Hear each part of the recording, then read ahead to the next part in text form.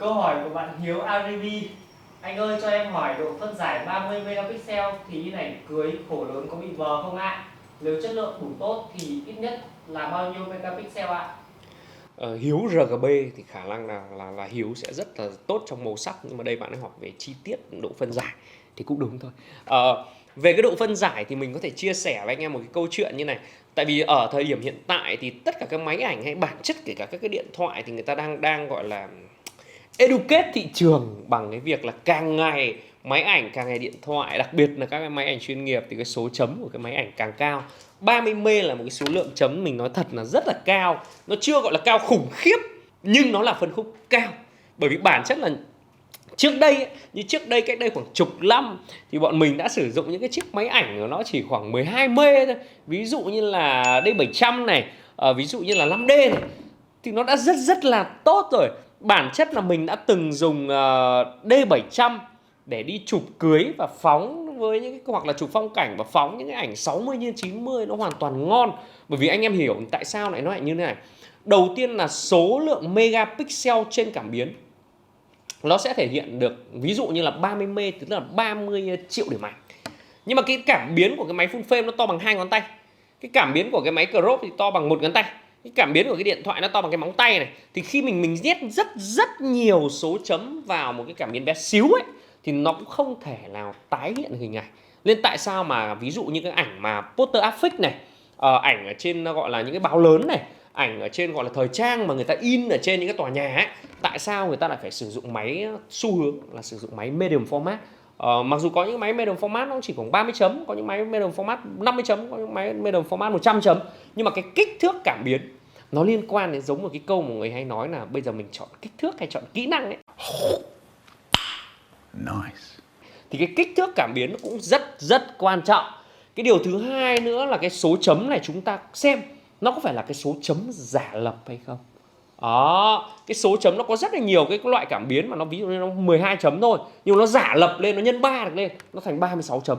Thì cái việc thuật toán của điện thoại nó rất là hay, cái kiểu mà chụp nhiều tấm xong nó gộp vào, bản chất là ảnh 10, máy có 12 chấm nhưng mà nó gộp nhiều vào thì nó thành 36 chấm. Đấy, thì anh em cũng quan tâm đến cái việc mà giả lập chấm hay là không giả lập chấm. Tiếp theo nữa là trong cái thời đại mà kỹ thuật số, trong cái thời đại thông tin, hầu hết ảnh của chúng ta được sử dụng trên các thiết bị màn hình. Và nếu mà màn hình lớn như bây giờ bọn mình là những người mà gọi làm về media, những người phải làm về ảnh, làm về video thì bọn mình sử dụng những màn 24 hoặc là tầm 27 inch, 32 inch đi, ít người dùng 32 inch lắm. Và độ phân giải thường thì nó rất đắt tiền cho những màn 4K và 8K. Và cũng gần như không có ai xem ảnh trên TV, đúng không? Người ta chỉ xem video trên TV, không ai xem ảnh trên TV. Chính vì vậy trên một cái màn hình Full HD mà cái ảnh của bạn lên tới 5K, thường là một cái ảnh khoảng 20 chấm là kích thước của nó là 5K rồi, thì các bạn không thể xem được. Hoặc một cái màn hình điện thoại bé tí trên tay mà cái màn 4K nó nhưng mà nó bé tí như vậy thì cũng không thể hiển thị đủ cái số chấm lên tới 30 chấm đâu. Nên anh em đừng quá ám ảnh và đừng quá nghĩ về cái việc mà bao nhiêu chấm thì in. Anh em in thoải mái đi. Tại vì mình đã chụp những bức ảnh lớn nhất của mình là trên một chiếc máy có 12 megapixel. Mình in 80 120, in 60 90 thoải mái và trả cho khách hàng rồi. Và rất nhiều anh em cái thời kỳ đó làm như thế. Nên anh em cứ yên tâm. Và đặc biệt nữa, có phải là máy ảnh của anh em 30 mê là anh em chụp ra 30 mê đâu.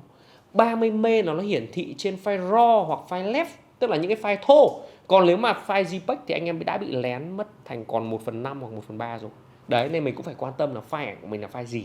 Và khi kể cả file của mình 30 mê, sau khi chỉnh bằng Photoshop xong mình xuất ra file đuôi JPG thì chắc gì nó còn 30 mê. Đó, nên đừng bị ám ảnh bởi số chấm. Máy ảnh bây giờ tầm 20 30 chấm là quá ngon rồi. Anh em cứ chụp tẹt, chụp quan trọng là chất lượng lúc tiền kỳ lúc chụp của anh em như nào. Cái thứ hai là chất lượng hậu kỳ của anh em ra sao. Cái thứ ba là chất lượng nhà in như thế nào. Thứ tư là chất lượng hiển thị của màn hình khi xem ảnh đấy ra sao thôi. Còn đừng quá bị ám ảnh. Chấm không quan trọng.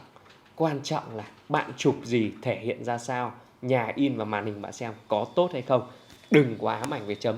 Hãy quan tâm những yếu tố khác, tiền kỳ, hậu kỳ lúc in nhá. Ok, còn bất cứ câu hỏi gì anh em đặt ra phía bên dưới để mình có thể trả lời cho anh em. Đừng bao giờ bị ám ảnh bởi số chấm của máy ảnh. Gần như các video review có bao giờ mình nói về số chấm nhiều đâu. chắc nói thì nói qua, và mình cũng không bao giờ đi sâu, mà mình sẽ đi sâu vào những tính năng khác nó quan trọng hơn rất rất nhiều lần. Hẹn gặp lại anh em trong video lần sau.